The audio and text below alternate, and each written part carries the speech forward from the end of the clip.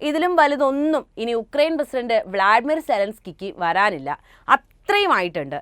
ഇത്ര നാളും അമേരിക്കയുടെ ഒത്താശയോടെ റഷ്യയോട് പൊരുതിയിട്ട് എന്താണ് ഉണ്ടാക്കിയത്? ഒടുവിൽ ജനം തള്ളിക്കളഞ്ഞില്ലേ? ജനതയുടെ പ്രശ്നങ്ങളൊന്നും ശ്രദ്ധിക്കാതെ അതിർത്തിയിലെ യുദ്ധത്തിൽ ശ്രദ്ധ കേന്ദ്രീകരിച്ച് യുദ്ധ കൊതിയന്മാരായ അമേരിക്കയ്ക്ക് പുതിയ ആയുധ പരിശോധനയുടെ വിളനിലമായി പ്രവർത്തിച്ചിട്ട് സെലൻസ്കി എന്താണ് നേടിയത്? ജനതയുടെ സ്നേഹം എന്ന് പറയല്ലേ? ഉക്രൈൻ ജനത പ്രതികരിച്ചു തുടങ്ങിയിട്ടുണ്ട്. മുൻപൊരിക്കലും പ്രതികരിക്കാത്ത അത്രയും ശക്തമായി അവർ പ്രതികരിച്ചു തുടങ്ങി. എന്താണ് ഉക്രൈൻ ജനതയുടെ പ്രതികരണം? നമുക്ക് പരിശോധിക്കാം അല്ലേ? റഷ്യയുമായുള്ള ഉക്രൈൻ സംഘർഷം 3ാം വർഷത്തിലേക്ക് കടക്കുമ്പോൾ രാജ്യത്തെ ഭരണാധികാരിക്ക് ഉക്രൈനിലെ പൊതുസ്ഥാപനങ്ങൾ മേലുമുള്ള ജനങ്ങളുടെ വിശ്വാസം ഏറെക്കുറെ നഷ്ടമായി കഴിഞ്ഞിരിക്കുന്നു എന്ന റിപ്പോർട്ടുകളാണ് പുറത്തു വന്നുകൊണ്ടിരിക്കുന്നത്. Kyiv International Institute of Sociology അടുത്തിടെ നടത്തിയ വിശ്വാസ വോട്ടെടുപ്പിലാണ് ഉക്രൈൻ ജനതയുടെ വ്ളാഡിമിർ സെലൻസ്കിയോടുള്ള വിശ്വാസത്തിലുണ്ടായ ഗണ്യമായ ഇടിവിന്റെ സൂചനകൾ പുറത്തുവരുന്നത്. പ്രസിഡന്റ് പദവിയിലും അതുപോലെ തന്നെ പാർലമെന്റ്, സർക്കാർ, സുരക്ഷാ സേവനം, ദേശീയ പോലീസ് തുടങ്ങിയ സുപ്രധാന സ്ഥാപനങ്ങളിലും എല്ലാമുള്ള ജനങ്ങളുടെ വിശ്വാസം ഇതിനോടകം തന്നെ കുത്തനെ ഇടിഞ്ഞു കഴിഞ്ഞു എന്ന് റിപ്പോർട്ടുകൾ പറയുന്നുണ്ട്. കഴിഞ്ഞ 2 വർഷമായി ബൈഡൻ ഭരണകൂടം നൽകിയ ആയുധങ്ങളുമായി റഷ്യക്കെതിരെ പടക്കി പുറപ്പെട്ട് മരിച്ച എത്രയോ ഉക്രൈൻ സൈനികരുടെ ശരീരത്തിന്റെ മുകളിൽ നിന്നുകൊണ്ടാണ്, അല്ലെങ്കിൽ ആ മനുഷ്യരെ ഓർത്തുകൊണ്ടാണ് സെലൻസ്കിക്കെതിരെ ശബ്ദമുയർത്താൻ ഉക്രൈൻ ജനത ഇന്ന് തയ്യാറാകുന്നത്. രാജ്യം അതിന്റെ ഏറ്റവും മോശം അവസ്ഥയിലൂടെ കടന്നുപോകുമ്പോൾ ഭരണാധികാരിയിൽ വിശ്വസിക്കാത്ത ജനത എന്നത് സെലൻസ്കിയുടെ ഭരണപരാജയത്തെയാണ് സൂചിപ്പിക്കുന്നത്. റഷ്യയുമായുള്ള രാജ്യം നേരിടുന്ന സംഘർഷം കണക്കിലെടുക്കുമ്പോൾ ഉക്രൈന് ലഭിക്കാവുന്ന ഏറ്റവും വലിയ തിരിച്ചടിയാണ് സ്വന്തം ജനങ്ങൾക്ക് ആ രാജ്യത്തെ ഭരണ സംവിധാനത്തിലുള്ള അവിശ്വാസം എന്നത്.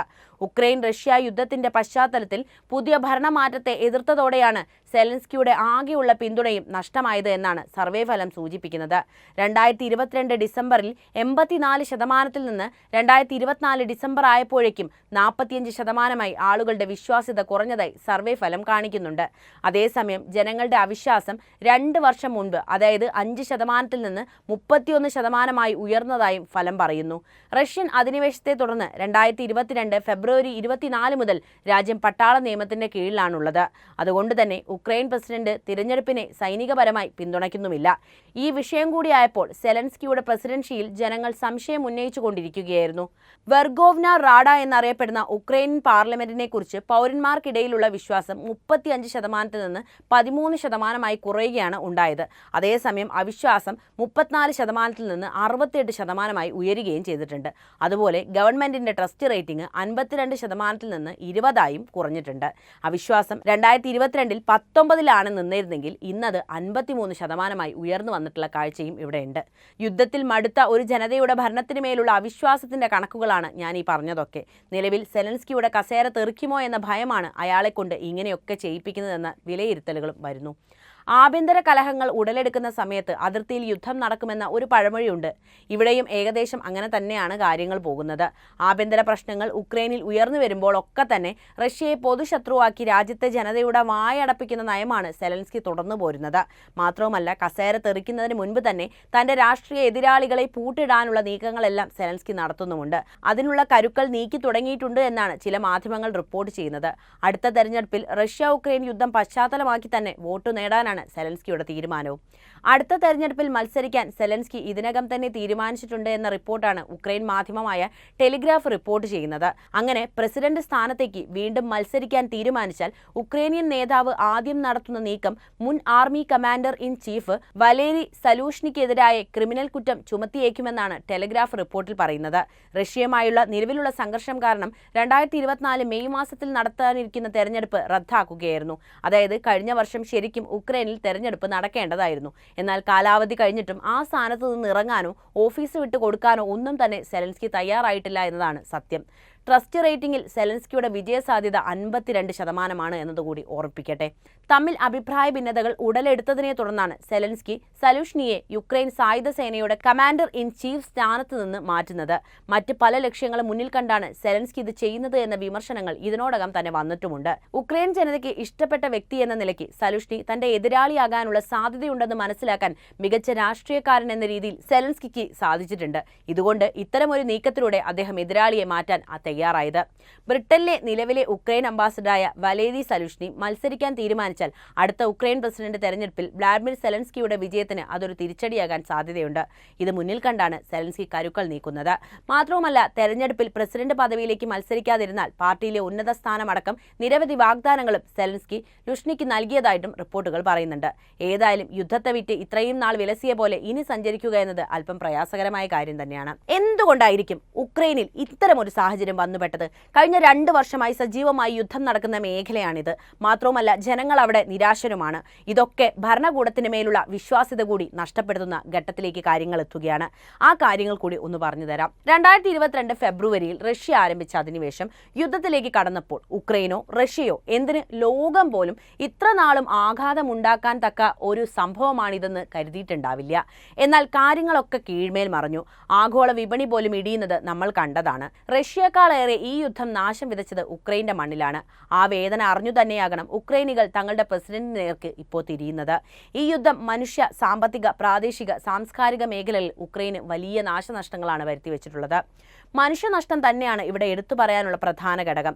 സൈനിക ഉദ്യോഗസ്ഥരും സാധാരണക്കാരും ഉൾപ്പെടെ 10,000-കണക്കിന് ആളുകൾ, അതായത് ഉക്രൈനികളാണ് ഇതിനോടകം തന്നെ റഷ്യയുടെ തോക്കിന്റെ മുനയിൽ തീർന്നത്.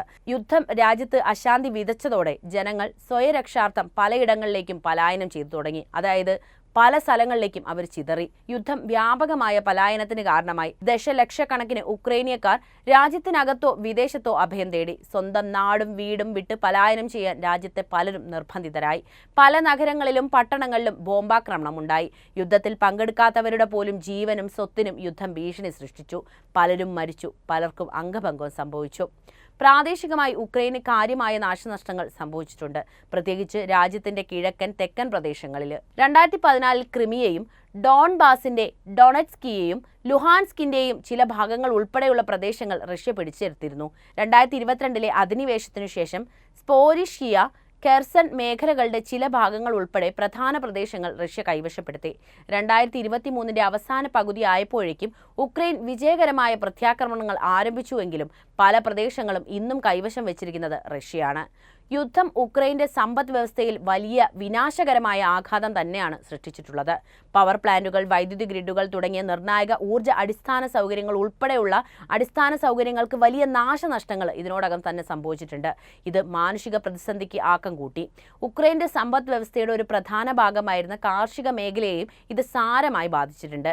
കരിങ്കടലിലെ ഉക്രൈനിയൻ തുറമുഖങ്ങളെ റഷ്യ ഉപരോധിച്ചത് ധാന്യ കയറ്റുമതിയെ തടസ്സപ്പെടുത്തുന്നതായിരുന്നു. അതിന്റെ ഫലമായി ആഗോള ഭക്ഷ്യവിപണി ശൃംഖലയിൽ വെല്ലുവിളികൾ ഉയർന്നു. രാജ്യത്തിന്റെ GDP കുത്തനെ ഇടിഞ്ഞു. അന്താരാഷ്ട്ര സഹായം ലഭിച്ചാലും ഉക്രൈനെ വീണ്ടെടുക്കാൻ പതിറ്റാണ്ടുകൾ വേണ്ടിവരുമെന്നാണ് വിലയിരുത്തലുകൾ. സാംസ്കാരികപരമായിട്ട് നോക്കുകയാണെങ്കിലും യുദ്ധം ഒരിക്കലും പരിഹരിക്കാനാകാത്ത ദോഷമാണ് ഉക്രൈന്റെ മണ്ണിൽ ഉണ്ടാക്കി വെച്ചത്. മരിയുപോൾ, ഖാർക്കീവ്, കൈവ് തുടങ്ങിയ ചരിത്ര നഗരങ്ങൾക്ക് കനത്ത ബോംബാക്രമണമാണ് നേരിടേണ്ടി വന്നത്. നൂറ്റാണ്ടുകൾ പഴക്കമുള്ള ലാൻഡ് മാർക്കുകളും സാംസ്കാരിക പൈതൃക സ്ഥലങ്ങളും നശിക്കപ്പെട്ടിരിക്കുന്നു. യുദ്ധം ദശലക്ഷക്കണക്കിന് ഉക്രൈനിയക്കാരുടെ നാടുകടത്തലിനും കാരണമായി. ഇത് ഒരു വലിയ അഭയാർത്ഥി പ്രതിസന്ധിയും കുടുംബങ്ങൾ ശിഥിലമാകാനും കാരണമായി. സൈനികരിലും സിവിലിയൻ ജനതയിലും ഉണ്ടാകുന്ന മാനസിക ആഘാതത്തെക്കുറിച്ച് പറയാതിരിക്കുന്നതാണ് ഭേദം. സർവോപരി കൊച്ചു കുഞ്ഞുങ്ങളുടെ അവസ്ഥയോ? കളിച്ചു നടക്കേണ്ട പാർക്കുകളിൽ, സൈക്കിൾ ചവിട്ടേണ്ട നിരത്തുകളിൽ നിറയെ ബോംബുകൾ, ശവങ്ങൾ. ഫലസ്തീനിലെ കുരുന്നുകളെക്കുറിച്ച് വാചാലനാകുന്നവരെ ഇവിടെ നമുക്ക് കാണാൻ കഴിഞ്ഞെന്ന് വരില്ല. പക്ഷേ ഉക്രൈനിലെ ബാല്യവും അനുഭവിക്കുകയാണ് അവർ എന്തു പിഴച്ചു എന്ന് സ്വയം ചോദിച്ചുകൊണ്ട്. എന്നാൽ ആ കുട്ടികളുടെ നിസ്സഹായാവസ്ഥ മനസ്സിലാക്കി ഒന്ന് മാറി നിൽക്കാൻ ഇരു രാജ്യങ്ങളും തയ്യാറാകുന്നതേയില്ല. അമേരിക്കയുടെ സ്വാർത്ഥ താൽപ്പര്യങ്ങൾക്ക് സ്വന്തം രാജ്യത്തെ ബലി കൊടുക്കുന്ന പ്രസിഡന്റിനെ ജനങ്ങൾ എങ്ങനെയാണ് നോക്കിക്കാണുക? അതാണ് ഇവിടെയും സംഭവിക്കുന്നത്. സെലൻസ്കിയുടെ കപട രാജ്യസ്നേഹം അമേരിക്കയിൽ നിന്ന് ബാലിസ്റ്റിക് മിസൈലുകൾ അടക്കം കൈക്കലാക്കാനുള്ളതാണ്. റഷ്യ എന്ന വലിയ രാജ്യത്തിന് കീഴ്പ്പെടാതെ ഞങ്ങൾ പൊരുതുമെന്ന് പറയുമ്പോഴും അമേരിക്കയില്ലെങ്കിൽ ഉക്രൈന് എന്താണ് ചെയ്യാൻ സാധിക്കുക എന്ന ചോദ്യം അവശേഷിക്കുന്നുണ്ട്. ട്രംപ് അധികാരത്തിലെത്തുന്നതോടെ യുദ്ധം പോലും അവസാനിക്കാൻ സാധ്യതയുണ്ടെന്നാണ് വിലയിരുത്തലുകൾ വരുന്നത്. ഇത്ര നാളും ബൈഡൻ ഭരണകൂടം ഉക്രൈന് നൽകിയ പിന്തുണയൊക്കെ നഷ്ടപ്പെട്ടേക്കാം. ഈ ഘട്ടത്തിൽ സെലൻസ്കിക്ക് എന്താണ് ചെയ്യാനാകുക? യുദ്ധം അവസാനിപ്പിക്കലാണോ, അല്ലെങ്കിൽ സ്വന്തം കസേര രക്ഷിക്കലോ? നിങ്ങളുടെ വിലയേറിയ അഭിപ്രായം കമന്റായി രേഖപ്പെടുത്തുക. അപ്പോൾ വീഡിയോ ഇഷ്ടപ്പെട്ടാൽ ലൈക്ക് ചെയ്യാനും ഷെയർ ചെയ്യാനും പ്രത്യേകം ശ്രദ്ധിക്കുമല്ലോ.